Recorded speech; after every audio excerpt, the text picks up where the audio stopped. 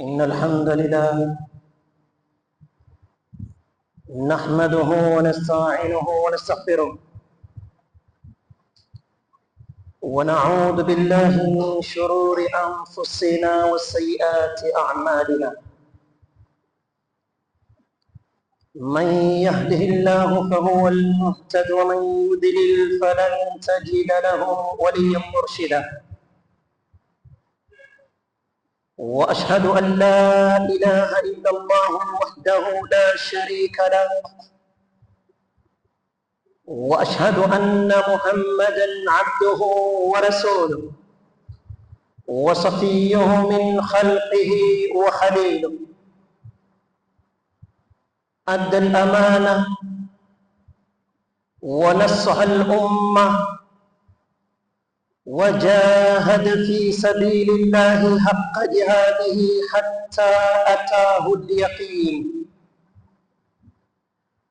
اللهم صل وسلم وبارك على هذا النبي وعلى آله وأصحابه وعلى كل من تمسك بسنته ودعا بدعوته إلى يوم الدين. أما بعد،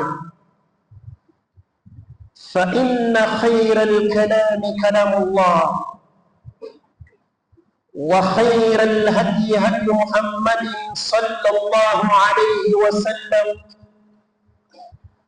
وشر الأمور محدثاتها، وكل محدثة بدعة، وكل بدعة ضلالة، وكل ضلالة في النار. فحياكم الله جميعا أيها الأحبة، والله أسأل أن يجمعني وإياكم في هذه الدنيا دائما وأبدا على طاعته، وفي الآخرة مع إمام المتقين، إنه ولي ذلك والقادر عليه. خطر المخدرات وواجب المجتمع في محاربتها، هذا هو عنوان خطبتنا في هذا اليوم المبارك. فعيروني القلوب والأسماع، والله أسأل أن يجعلنا من الذين يستمعون القول فيتبعون أحسنه. Ahibati fillah, mwanzo kabisa narejesha shukurani za dhati kwa Muumba wa mbingu na ardhi, kwa yule aliyestawi juu ya arshi, kwa yule ambaye kwamba anatuneemesha kila aina ya neema, akisema kwenye Qur'ani, wama bikum min ni'matin famin Allah, hamna neema yoyote ambayo kwamba inawapitieni katika maisha yenu illa neema kama hiyo haitoki kwa mwingine, inatoka kwake Allah azza wa jalla. Sifa kwa ukamilifu ni zake yeye, na rehma na amani zimfikie mwalimu wetu, kiongozi wetu, role model wetu, mbora wa viumbe, mtume wetu sallallahu alayhi wasallam. Ndugu wapendwa, anwani ya hotuba yetu ambayo kwamba nimeikusudia kwa huu muda mchache ulioko mbele yetu, mazungumzo yetu yatakuwa chini ya anwani khatarul mukhaddirati wa wajibul mujtama'i fi muharabatiha, khatari ya mihadarati, khatari ya Muislamu kuivuruga neema ya akili, na uwajibu wa Waislamu sote kama jamii kupiga vita jambo kama hili la mihadarati. nitawaombeni kwa heshima na taadhima, fa'iruni alquluba wal asma, tegeni masikio kwa makini, mzisongeze nyoyo zenu karibu kwa huu muda mchache ulioko mbele yetu, kwa hizi dakika 2-3 zilizoko mbele yetu, tuweze kunasihiana, tuweze kuelekezana, tuweze kuambizana, asa baada ya swala sote tukatoka na kauli ya sami'na wa ata'na ghufranaka rabbana wa ilayka al-masir. حديثنا اليوم عن بلاء خطير وآفة مدمرة تحارب الإنسان في أغلى ما يملك عقله، إنها آفة المخدرات. mazungumzo yetu leo kwenye hutuba yetu ya leo tutazungumzia balaa kubwa ambalo kwamba limeingia na kutatiza jamii ya Kiislamu, hasa vijana wanaoinukia, na ni maafa makubwa katika jamii, katika safu ya Waislamu. Na janga kama hili linapigana na jambo muhimu sana ambalo kwamba anamiliki huyu mwanadamu, nayo ni akili. Akili ni neema. Mtu bila akili hana maana juu ya mgongo wa ardhi. Mtizame wazimu ambaye kwamba anatembea akijiokotea makaratasi barabarani, mtizame taswira yake, mtizame mandhari yake. Kwa nini yuko kwa hali kama hiyo? Ni kwa sababu hana neema ya akili.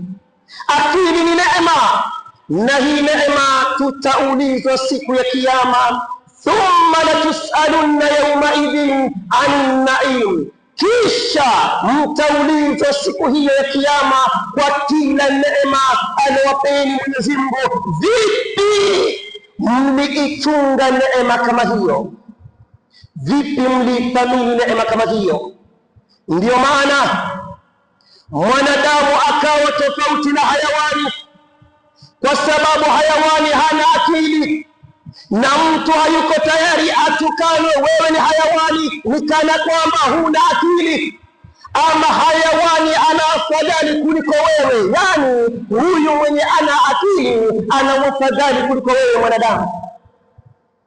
Hauoni hata katika dini ya Mwenyezi Mungu Subhanahu, Mwenyezi Mungu alitaka aabudiwe na akili.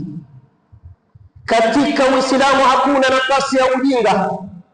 Aya ya kwanza aliyoteremshiwa mtume wetu sallallahu alayhi wasallam ni Iqra, soma. Hakuna nafasi ya ujinga.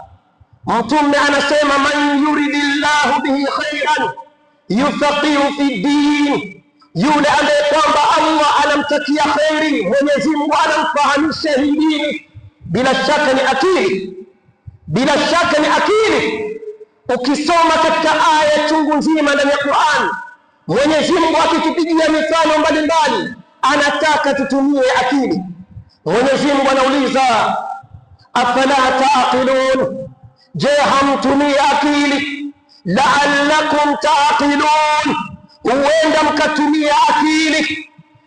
Mwenyezi Mungu anasema afala yatadabbaruna alquran, je hawazingatii Qur'an? Hizi aya zote ndugu Waislamu zinaashiria akili yataka ifanye kazi. Wakati ambao kwamba unakuja kuiathiri akili, basi itakuja kukupotezea dunia yako kabla ya akhera yako.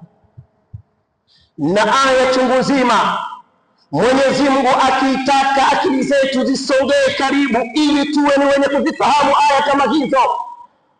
Mwenyezi Mungu anasema falyanzuril insanu ila ta'ami anna sababna almaa sabba thumma shaqaqna al-ardha shaqqa faambatna fiha habba wa inaban wa qadba wa zaitunan wa nakhla. Mwenyezi Mungu anasema, na atizame huyu mwanadamu chakula chake wakati unatoka hapo msikitini baada ya swala, kile chakula umeweka juu ya meza. Mwenyezi Mungu anakuambia kitizame hicho chakula kimetoka wapi mpaka kikafika mezani. Mkulima aliweka mbegu ndani ya ardhi, akaifukia hiyo mbegu, juhudi za mkulima zimemalizika. Aantum tazraunahu am nahnu zari'un? Mwenyezi Mungu anauliza, je, nyinyi ndio mnaotesha hizo mbegu ama ni sisi? Bila shaka ni Allah. Mwenyezi Mungu anateremsha maji kutoka mbinguni, anaamrisha ardhi inapasuka, mbegu inaota, tunaanza kupata nafaka, tunapata mboga, tunapata matunda ya kila aina, vyakula mbalimbali vinapelekwa sokoni. Mama anaenda sokoni, ananunua mboga, ananunua matunda, ananunua chakula, anakuja nacho mpaka jikoni, anakiandaa, kisha anakuwekea juu ya meza tayari kula. Falyanzuri linsanu ila taamihi, na atizame mwanadamu chakula chake. Ikiwa utaharibu akili, aya kama hizi utazifahamu vipi? Ahibati fillah, jaa alislam lihifdhi daruriyati alkhams, lihifdhi dini walnafsi walaqli walnasli walmal. Uislamu umekuja kulinda mambo matano ya dharura. Uislamu wote, amri zilizokuja na makatazo yalokuja, yalikuja kulinda haya mambo matano. Jambo la kwanza, Uislamu ulikuja kulinda dini yenyewe, dini ya Allah. Inna dina inda Allahi alislam, dini mbele ya Allah ni dini ya Uislamu. Waman yabtaghi ghayra alislami dinan falan yuqbala minhu wa huwa fil akhirati min alkhasirina. Yeyote ambaye kwamba ataondoka duniani ilhali si muwahid, hajasema la ilaha illa Allah Muhammadur Rasulullah, Mwenyezi Mungu hatomkubalia, na siku ya Kiyama atakuwa miongoni mwa waliohasarika. Mwenyezi Mungu anasema, wala tamutunna illa wa antum muslimun, chungeni msiondoke duniani illa muondoke katika mila ya Uislamu. Uislamu ulikuja kuhifadhi dini, Uislamu ulikuja kuhifadhi nafsi. Jambo la kuua katika dini ya Uislamu ni katika al-kabair. Alipotaja Mtume sallallahu alayhi wasallam madhambi 7 makubwa, aliposema ijtanibu 7 al-mubiqat ay al-muhlikat, jiepusheni na madhambi 7 yanayoangamiza. Jiepusheni Waislamu na madhambi 7 makubwa. Moja katika hayo madhambi akasema, wa qatlu nafsi allati harrama Allahu illa bilhaq, na kuiua nafsi ambayo kwamba Mwenyezi Mungu amekuharamishia, haufai kuiua ila kwa haki. Mwenyezi Mungu anasema, wala taqtulu anfusakum inna Allaha kana bikum rahima. Hata wewe nafsi yako licha kuua, hata wewe nafsi yako ni haram kujiua. Ndani ya kiwiliwili chako kuna amri ya Allah, kuna roho katika mwili yako. Wayasalunaka ani ruh qul ruh min amri llah, wanakuuliza kuhusu roho ni nini? Roho ni amri ya Allah. Na ndio maana dunia imejaribu kutengeza kila kitu, lakini hawatowahi kutengeza kitu kinachojulikana kama roho. Roho ni amri ya Allah. Hata wewe binafsi kujiua ni katika makosa makubwa. Uislamu umekuja kuchunga nafsi, na yeyote ambaye kwamba ataua mtu ambaye kwamba hana haki ya kumuua, Anasema Mtume sallallahu alayhi wasallama, yajiu almaqtul bilqatil yawm alqiyama, yule alouliwa atakuja anamshika yule alomuua siku ya Kiyama, na mishipa inatoka damu, labda alimpiga upanga, anatokwa na damu katika mishipa, na huku ananyanyua sauti anasema, ya Rab, ya Rab, sal hadha fima qatalani, ya Allah, ya Allah, nakushtakia leo, muulize huyu kwa nini aliniua duniani. Ya Rab, sal hadha fima qatalani, muulize huyu kwa nini aliniua. Uislamu umekuja kuchunga nafsi, na jambo la tatu, Uislamu umekuja kulinda akili, na hii ndio maudhui yetu, kwa janga hatari la mihadarati, janga hatari ya madawa ya kulevya. Na jambo la nne Uislamu umekuja kulinda, ndugu Waislamu, ni heshima. Uislamu umetwekea jambo la heshima, haifai kuvunja heshima ya mtu. Na hata katika taratibu za maisha ya dunia tunayoishi, nyumba isimame, lazima wanandoa wawili wapatane, waje waozeshe ule mwanamme, akubali, hapo maisha yaanze. Hakuna nafasi ya kamwe katika Uislamu. Mwenyezi Mungu anataka tupatikane juu ya ardhi kwa utaratibu aliotuwekea Mwenyezi Mungu Subhanahu. Uislamu umekuja kuchunga heshima. Ndio maana katika sheria ya Kiislamu, mzinifu ambaye kwamba hajaoa anapigwa mboko, na ikiwa ameoa anapigwa mawe, kwa sababu Uislamu unachunga jambo zima la heshima. Uislamu umekuja kulinda mali. Naam, katika maswali mtu ataulizwa siku ya Kiyama kuhusu mali yake, ameipata kwa njia gani na aliitoa kwa njia gani. Mali utakuja kuulizwa. Haki ya mtu, umechukua haki ya mtu, umekataa kumregeshea, haijapotea. Mwenyezi Mungu siku ya Kiyama ataregeshea kila mwenye haki yake, hata kama hukumpatia duniani. Haya ni mambo matano, ndugu Waislamu, ambayo kwamba Uislamu umekuja kulinda, ambayo kwamba Uislamu umekuja kuhifadhi. Uislamu umekuja kuhifadhi dini, Uislamu umekuja kuhifadhi nafsi, Uislamu umekuja kuhifadhi akili, Uislamu umekuja kuhifadhi heshima, na Uislamu umekuja kuhifadhi mali. Hili jambo la muhaddarat, hili jambo la mihadarati na madawa ya kulevya, yeyote ambaye kwamba atabisha hodi katika mlango huu, akaingia katika mambo na madawa ya kulevya, akaanza kuichezea neema yake, itapoteza mambo yote matano. Hakuna yeyote ambaye kwamba anatumia mihadarati, dini yake itasimama. Hakuna yeyote ambaye kwamba, ama tumesikia wengi ambao kwamba wameondoka duniani kwa sababu mihadarati ilimmaliza. Alitumia mpaka ikafika wakati hajiwezi tena, ikawa ni sababu ya kuondoka duniani.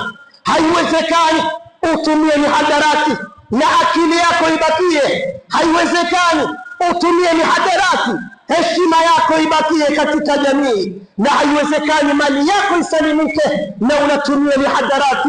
Hatari ya mihadarati, ndugu Waislamu, inaharibu dharura tano zote za Uislamu.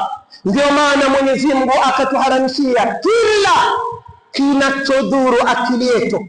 Mwenyezi Mungu anasema subhanahu, ya ayyuhalladhina amanu innamal khamr wal maisiru wal ansabu wal azlam rijsun min amali shaitani fajtanibuhu la'allakum tuflihun.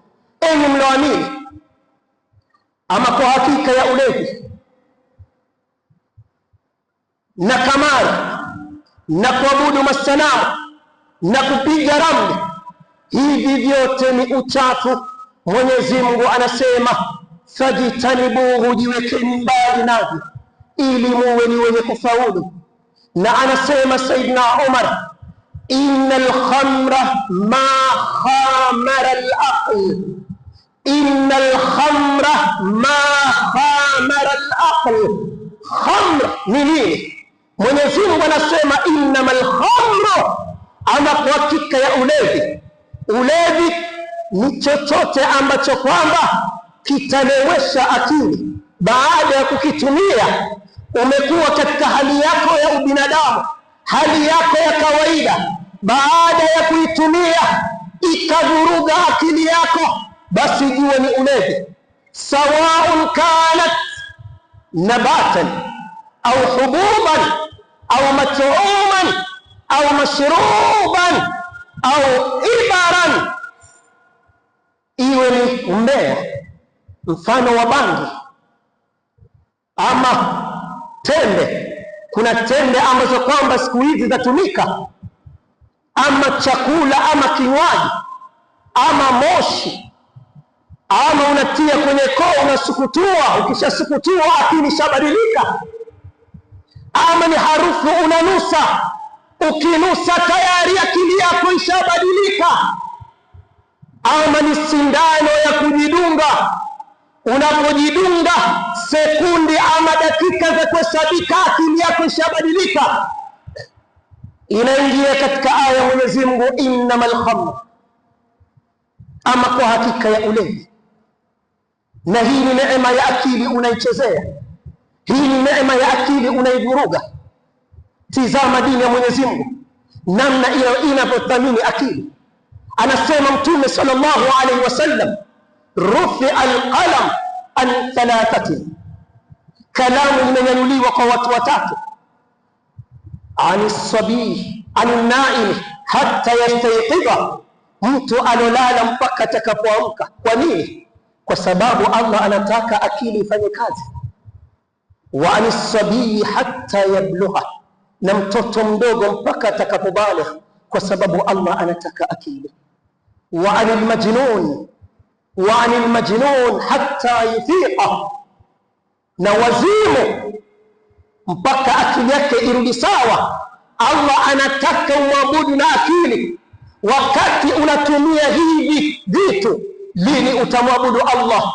Na hapo ndio unaikosa dini ya Allah. Swala zitakupita hauna habari, kisa na maana umetatiza neema ya akili, neema alikupatia Mwenyezi Mungu Subhanahu. Hatari ya hili jambo ndugu Waislamu, qala sallallahu alayhi wasallam, wal hadith rawahu al imam Muslim min hadith Jabir ibn Abdullah qala inna Allah azza wa jalla ahdan liman yashrabu al muskir an yasqiyahu min tinati al khabal.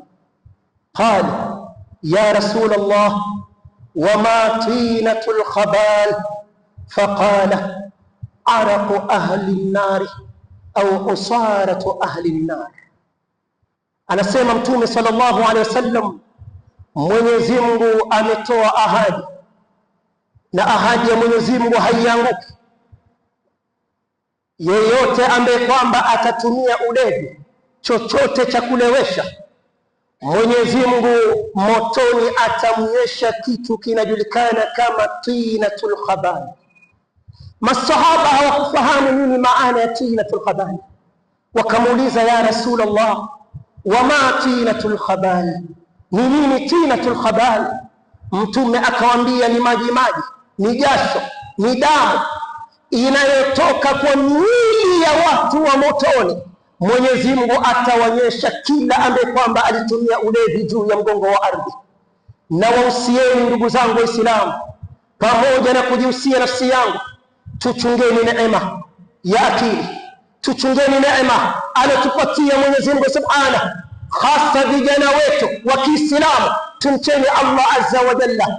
Utakuwa mas'ul, tumia ujana wako katika kujikurubisha kwa Allah. Anasema mtume wako sallallahu alayhi wasallam, sab'atun yudhilluhum Allahu fi dhillihi yawma la dhilla illa dhilluh, watu wenye sifa saba watafunikwa siku ya Kiyama kwa kivuli cha arshi ya Allah, siku ambayo kwamba hakuna kivuli ila kivuli cha arshi ya Allah. Mmoja katika hawa watu saba, mtume anasema washabun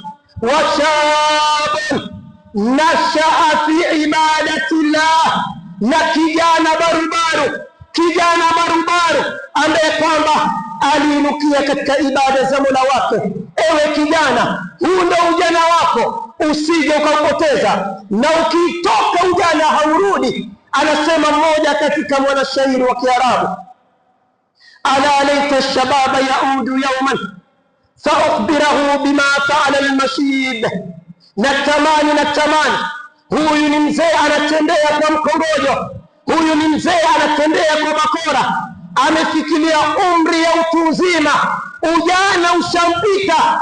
Anasema natamani ujana unirejelee mara ya pili, niueleze huo ujana namna uzee ulivyonifanya. Ewe kijana, tumia ujana wako upate kivuli cha arshi ya Allah. Swali msikitini 5 salawat, soma Qur'an, leta adhkar, waheshimu na watii wazazi wako, kana watu kwa wema. Naam, utapata kivuli cha arshi ya Allah kwa maneno ya mtume wako sallallahu alaihi wasallama. Wala dunia isipige ngoma ukacheza wewe. Wewe ni Muislamu, haufanyi unachotaka wala husemi unavyotaka, unafanya anavyotaka Allah azza wa jalla, na unasema anavyotaka Allah azza wa jalla. Wa akhiran walaysa biakhir, na mwisho, ndugu Waislamu, hii ni masulia yetu sisi sote.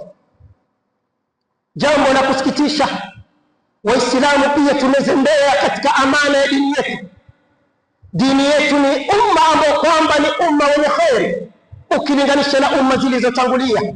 Kuntum khaira ummatin ukhrijat linnasi ta'muruna bil ma'ruf wa tanhauna 'anil munkar. Anasema Mwenyezi Mungu, nyinyi ndio umma bora mliochaguliwa kwa umma zilizotangulia. Kwa nini? Mna tabia ya kuamrishana mema, mna tabia ya kukanyana maovu. Hii ndio sifa ya ummata Muhammad sallallahu alaihi wasallama. Mtume wako anasema, man raa minkum munkara falyughayyirhu biyadihi fa in lam yastati' fa bilisanihi wa in lam yastati' fa biqalbihi wa dhalika adhafu al-iman. Yeyote miongoni mwenu atakayeiona munkar aitoe kwa mkono wake kama anaweza. Ikiwa hawezi, atumie ulimi wake.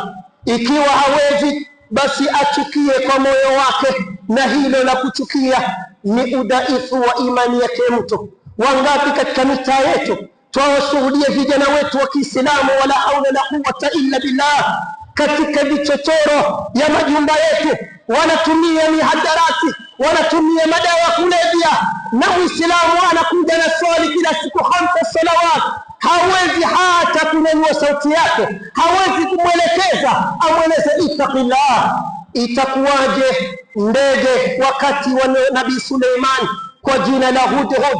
Ndege anaruka, anakwenda masafa, anataharak, anatoa mchango wake kwa dini ya Allah, anarejea kwa Nabii Suleiman. Mimi na wewe tukose mchango wote katika dini ya Allah. Aqulu qawli hadha astaghfirullah li wa lakum wa lisairi almuslimina walmuslimat fastaghfiruhu fa innahu huwal ghafurur rahim wa huwal barrul karim. Alhamdulillahi rabbil alamin والعاقبة للمتقين ولا عدوان إلا على الظالمين. وأصلي وأسلم على من لا نبي بعده وعلى آله وأصحابه وعلى كل من تمسك بسنته ودعا بدعوته إلى يوم الدين. أما بعد، عباد الله، أوصيكم ونفسي أولا بتقوى الله. لا خيرا لمن كان لله عاصيا، وقد فاز المتقون كما قال عز وجل إن للمتقين مفازا. وأفضلوا الصلاة والسلام على نبيكم كما قال تعالى مخبرا وآمرا إن الله وملائكته يصلون على النبي يا أيها الذين آمنوا صلوا عليه وسلموا تسليما. اللهم صل على محمد وعلى آل محمد كما صليت على إبراهيم وعلى آل إبراهيم إنك حميد مجيد. وبارك على محمد وعلى آل محمد كما باركت على إبراهيم وعلى آل إبراهيم إنك حميد مجيد. اللهم اغفر جميع المؤمنين والمؤمنات والمسلمين والمسلمات الأحياء منهم والأموات.